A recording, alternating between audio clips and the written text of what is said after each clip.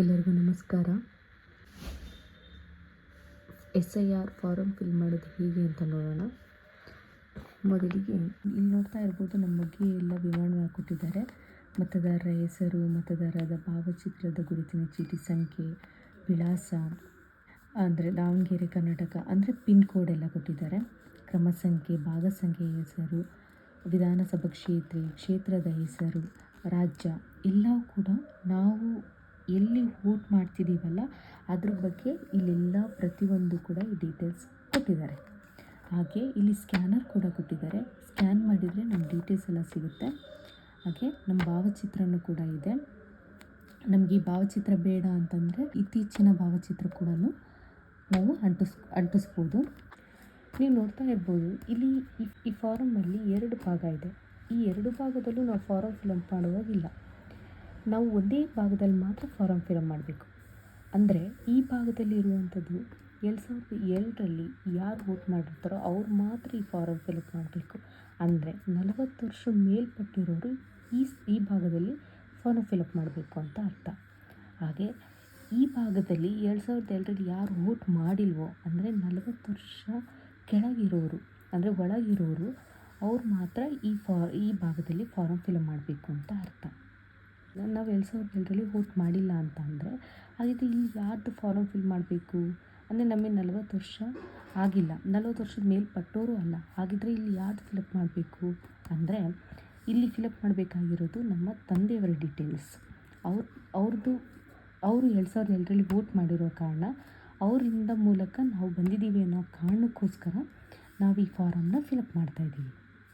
ಅಂದರೆ ಹೆಸರು ಅಂತಂದರೆ ನಮ್ಮ ತಂದೆಯವರ ಹೆಸರು ಬರಿತಾ ಇದ್ದೀನಿ, XYZ ಅಂತ ಅಂದ್ಕೊಳ್ಳಿ. ಮತದಾರ ಭಾವಚಿತ್ರದ ಗುರುತಿನ ಸಂಖ್ಯೆ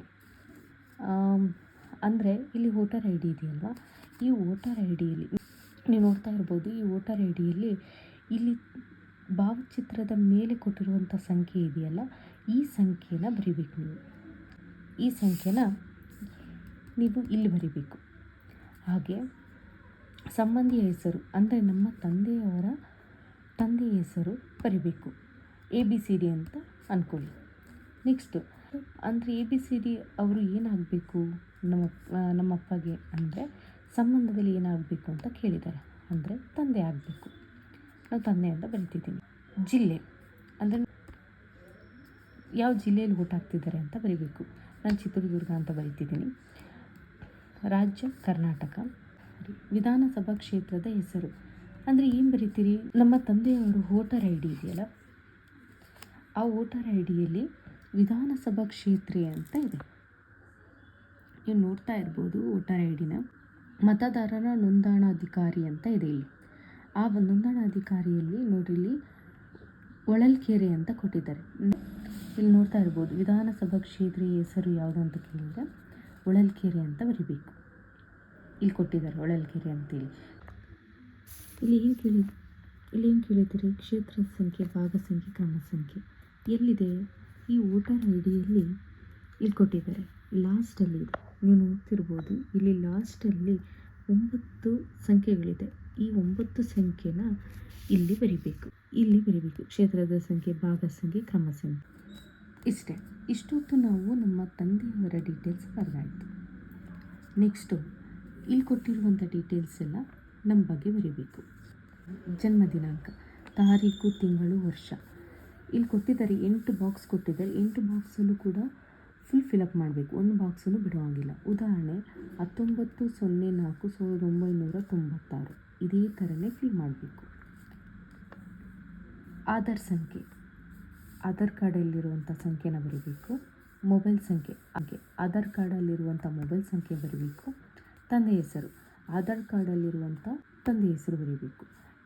ಈ 4 ಕೂಡ ಆಧಾರ್ ಕಾರ್ಡಲ್ಲಿ ಹೇಗಿದೆಯೋ ಅದೇ ಥರನೇ ಫಾರಮ್ ಫಿಲ್ ಮಾಡಬೇಕು. ತಂದೆಯ ಮತದಾರರ ಭಾವಚಿತ್ರ ಗುರುತಿನ ಚೀಟಿಯ ಸಂಖ್ಯೆ ಲಭ್ಯವಿದ್ದಲ್ಲಿ, ನಮ್ಮ ತಂದೆಯವರದ್ದು ವೋಟರ್ ID ಇದೆ, ಅವ್ರ ವೋಟರ್ ಸಂಖ್ಯೆ ನಾನು ಆಲ್ರೆಡಿ ಮೇಲ್ಗಡೆ ಬರ್ತಿದ್ದೀನಿ, ಅದೇ ಕೆಳಗಡೆ ಕೂಡ ಬರಿತಾ ಇದ್ದೀನಿ. ತಾಯಿ ಹೆಸರಿದೆ, ತಾಯಿ ಹೆಸರು ಬರೀಬೇಕು. ತಾಯಿಯ ಮತದಾರರ ಭಾವಚಿತ್ರ ಗುರುತಿನ ಚೀಟಿಯ ಸಂಖ್ಯೆ ಲಭ್ಯವಿದ್ದಲ್ಲಿ, ಇದ್ದರೆ ಬರೀರಿ, ಇಲ್ಲದೇ ಇದ್ದರೂ ಕೂಡ ನಡೆಯುತ್ತೆ. ನಮ್ಮ ತಾಯಿದಿದೆ, ಹಾಗಾಗಿ ನಾನು ಬರೀತಾ ಇದ್ದೀನಿ. ಸಂಗಾತಿಯ ಹೆಸರು, ಸಂಗಾತಿಯ ಭಾವಚಿತ್ರ, ಗುರುತಿನ ಚೀಟಿಯ ಸಂಖ್ಯೆ. ಮದುವೆ ಆಗಿದ್ದರೆ ನೀವು ಬರೀರಿ, ಆಗಿಲ್ಲದೆ ಇದ್ದರೆ ನೀವು ಖಾಲಿ ಬಿಟ್ಟು ಕೂಡ ನಡೆಯುತ್ತೆ. ಇಲ್ಲಿ ಮತದಾರರ ಸಹಿ, ನಮ್ಮ ಸಹಿನ ಇಲ್ಲಿ ಮಾಡಬೇಕು. ಹಾಗೆ BLO ರವರ ಸಹಿ, ಈ ಫಾರಮ್ ಯಾರು ಕೊಟ್ಟಿರ್ತಾರಲ್ಲ ಅವ್ರ ಸಹಿನ ಇಲ್ಲಿ ಮಾಡಿಸ್ಬೇಕು.